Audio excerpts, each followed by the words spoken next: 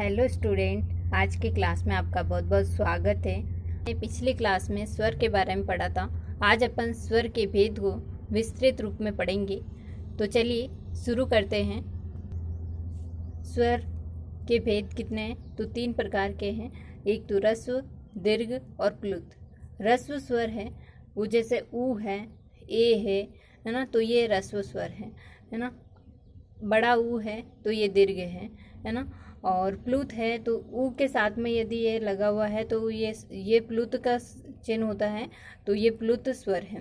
किसी भी स्वर के पीछे अगर ये प्लुत का चिन्ह लग जाए तो वो प्लुत स्वर माना जाता है। ह्रस्व स्वर यानी कि इसका निर्माण किसी अन्य स्वर के योग से नहीं होता है या फिर किसी के योग से नहीं होता है, तो वो ह्रस्व स्वर कहलाता है। ये कितने हैं? तो 5 हैं। ये 5 अपन को याद रखना है। तो क्वेश्चन बनता है निम्न में से कौन सा ह्रस्व स्वर है? तो ये 5 ह्रस्व स्वर है, ए, ई, उ, री और री। ये 5 क्या है? ह्रस्व स्वर है, जिसके अंदर ये 5 ह्रस्व स्वर है जिसके अंदर किसी अन्य स्वर या व्यंजन किसी का योग नहीं है, तो ये ह्रस्व स्वर है। दीर्घ स्वर, इसका निर्माण 2 स्वरों के योग से होता है। किससे होता है? 2 स्वरों के योग से इसका निर्माण होता है। इस कारण से इसे संधि स्वर भी कहते हैं। क्या कहते हैं? संधि स्वर भी कहा जाता है। तो पूछा जाएगा कि निम्न में से कौन सा स्वर है जिसका अन्य नाम जो है संधि स्वर है, तो अपन को आंसर देना है। क्योंकि इसका संधि स्वर नाम है, इसलिए दीर्घ स्वर को अपन संधि स्वर भी कहते हैं। और ये 2 स्वरों के योग से इसका निर्माण होता है, इसलिए दीर्घ स्वर माना जाता है। ये कितने हैं? तो 8 दीर्घ स्वर होते हैं। आ, ई, उ, री, ए, ओ, आई, औ। ए प्लस ए मिलके बना है आ, है ना, तो ये आ बना है। इसी प्रकार से इनमें भी जैसे छोटा ई मिलके बड़ा ई बनता है, छोटा ऊ मिलके बड़ा ऊ बनता है। तो ये सारे जो है अपन को याद रखने हैं कि 8 जो है वो दीर्घ स्वर है। प्लुत वो 8 या 9 होते हैं। 8 इसके जब री स्वर जो है उसको प्लुत नहीं मानेंगे तब तो हो जाएंगी इसकी संख्या 8, और जब मान लेंगे इसको प्लुत तब इसकी संख्या होगी 9। तो प्लुत स्वर 8 या 9 होते हैं। प्लुत स्वर जो होते हैं सभी स्वर प्लुत होते हैं, परंतु री जो है उसका अपन को थोड़ा देखना है भाई कि कुछ विद्वान इसको प्लुत मानते हैं, कुछ नहीं मानते हैं। तो जब मानेंगे तब तो इसकी संख्या 9 हो जाएगी, क्योंकि इनमें भी गिना जाएगा ये, है ना। और जब नहीं मानेंगे तब तो इसमें गिना ही नहीं जाएगा, तो संख्या 8 ही बच जाएगी प्लुत स्वर, है ना। और ये जो प्लुत स्वर है इसके पीछे जो भी स्वर है उनके पीछे जो है इस प्रकार का चिन्ह लगता है। तो ये किसका चिन्ह है? तो अपन को बताना है प्लुत स्वर का चिन्ह है। और ये किसी भी स्वर के पीछे जुड़ने पर ये जो है प्लुत स्वर माना जाता है। जो है ये स्वर दीर्घ नहीं होता है संधियों के अंदर, है ना। प्लुत तो होगा, है ना, या तो ह्रस्व होगा, ये जो री है, या तो होगा ह्रस्व, है ना, या तो होगा ह्रस्व या फिर होगा प्लुत। कुछ विद्वान इसको प्लुत भी मानते हैं और कुछ नहीं मानते हैं, तो इसके कारण 8 या 9 इसकी संख्या मानी जाती है। तो मैंने ये आपको बताया है भाई कि प्लुत स्वर नहीं मानेंगे तब तो इसकी संख्या हो जाएगी 8, है ना, और प्लुत स्वरों की संख्या, और जब मान लेंगे री को तब तो उसकी संख्या हो जाएगी प्लुत स्वर की 9। ह्रस्व स्वर, दीर्घ स्वर और प्लुत स्वर अपन को याद रखना है कि अभी अपन ने देखे ह्रस्व स्वर कितने थे? तो अपन को 5 अपन ने देखे थे, ए, ई, उ, री और री, है ना। और दीर्घ स्वर देखे थे आ, ई, उ, री, ए, ओ, आई, औ देखे थे अपन ने। इस तरह अब आपको भी इस तरह याद करना है कि भाई ऊपर अपन ने याद किया है तो यहाँ पर नहीं लिखे हुए फिर भी अपन को याद आना चाहिए, है ना। और प्लुत स्वर जो है वो कितने हैं? तो अब आप भी गुनगुनाओ मेरे साथ कि प्लुत स्वर कितने हैं, कौन कौन से थे, किसको नहीं माना जाता है, और इसकी संख्या 8 या 9 कैसे होती है। तो ये आप भी देखो, है ना। तो आप मन में बोलो प्लुत स्वर जो है 8 कब होंगे? जब री जो है वो ह्रस्व माना जाएगा, केवल प्लुत नहीं माना जाएगा, तो इसकी संख्या 8 हो जाएगी प्लुत स्वर की। और जब इसको प्लुत मान लेंगे तब इसकी संख्या हो जाएगी 9। तो ए के साथ में लगा हुआ है इस तरह से चिन्ह, तो एक सारे जो 9 स्वर हैं उनके पीछे अगर जोड़ दो ये वाला चिन्ह प्लुत का, तो सारे प्लुत हो जाएंगे। और इन सबको मिलाएंगे तो पाणिनि शिक्षा के अनुसार जो 21-22 अपन ने देखे थे कि भाई 21 या 22 वर्ण होते हैं। तो ये रस्व है 5, 5 और 8, और फिर 9, जब 8 जोड़ेंगे तब तो 21 हो जाएंगे, और जब 9 जोड़ेंगे तो 22 हो जाएंगे। तो इस तरह से जो है 21-22 होते हैं, है ना, स्वर। क्योंकि अपन ने पाणिनि शिक्षा में पढ़ा था कि 21 या 22 स्वर होते हैं, तो ये इस प्रकार से होते हैं 21 या 22, है ना। अब जो अपन ने ये देखे थे स्वर ह्रस्व, दीर्घ, प्लुत, इसके आधार पर भी स्वरों के भेद है। जैसे ह्रस्व स्वर है, दीर्घ स्वर है और प्लुत स्वर है।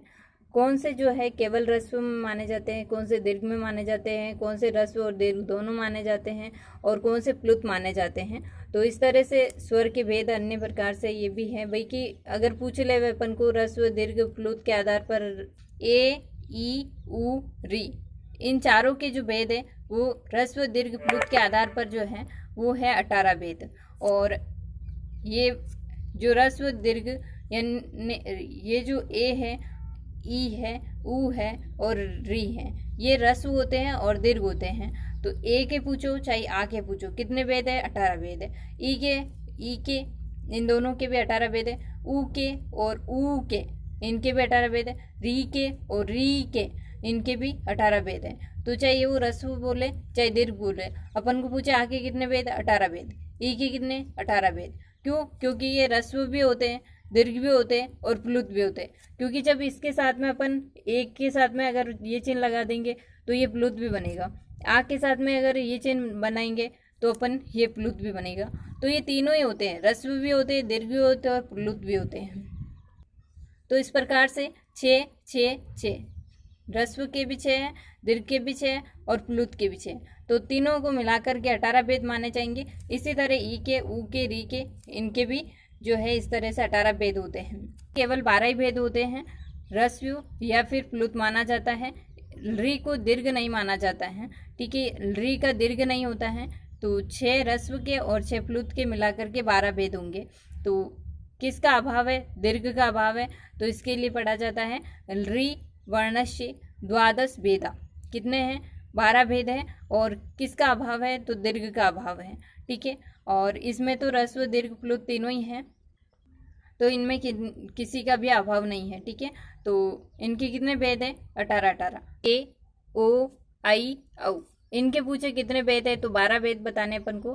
क्योंकि ये दीर्घ होता है, प्लुत होता है, तो ह्रस्व नहीं होता है, ह्रस्व का अभाव पाया जाता है इन चारों के अंदर। और इसके भेद, इनके भेद कितने होंगे, तो 12 भेद होंगे। ए, आई, ओ, औ, इनका ह्रस्व नहीं होता है। इनको चारों को मिलाकर के अपन एच प्रत्याहार के अंदर रखते हैं तो एच बोला जाता है। और एचो द्वादश नाम ह्रस्व अभावात, है ना, ह्रस्व का अभाव होता है तो ह्रस्व अभावात, ठीक है। तो कितने भेद है, तो द्वादश से 12 भेद है। और किसका अभाव है, ह्रस्व का अभाव है। कुछ वैदिक स्वर भी है, इनको भी अपन देख लेते हैं। अगर इनमें से क्वेश्चन पूछा जाएगा तो वैदिक स्वर में से भी क्वेश्चन पूछे जाते हैं, और ज़्यादातर इनमें से ही पूछे जाते हैं क्योंकि इनका ये सूत्र पढ़े गए हैं 3, उनको याद रखने हैं। तो 3 प्रकार से इसके वैदिक स्वर माने जाते हैं। वो एक तो उदात है, एक अनुदात है और एक स्वरित है ना। तो उदात जो है ये पहला स्वर वैदिक स्वर है, कैसा, उदात स्वर। उदात यानी कि उच्चै उदात, उच्चै उदात, उच्चै उदात।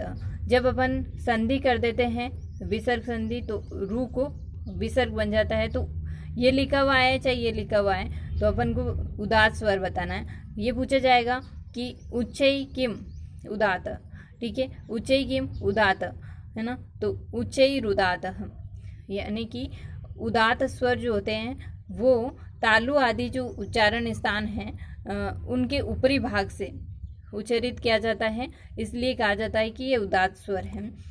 इनकी पहचान क्या होती है कि कोई भी चिन्ह इनके नीचे नहीं होता है या ना ऊपर होता है। ये जैसे नॉर्मल स्वर है ये ऐसे ही स्वर माने जाते हैं, ये उदात स्वर होते हैं वैदिक अगर स्वर की बात करें तो उनमें, ठीक है, इनमें कोई भी चिन्ह नहीं होता है। आगे अगर अपन अनुदात और स्वरित पढ़ेंगे तो उनमें चिन्ह होता है।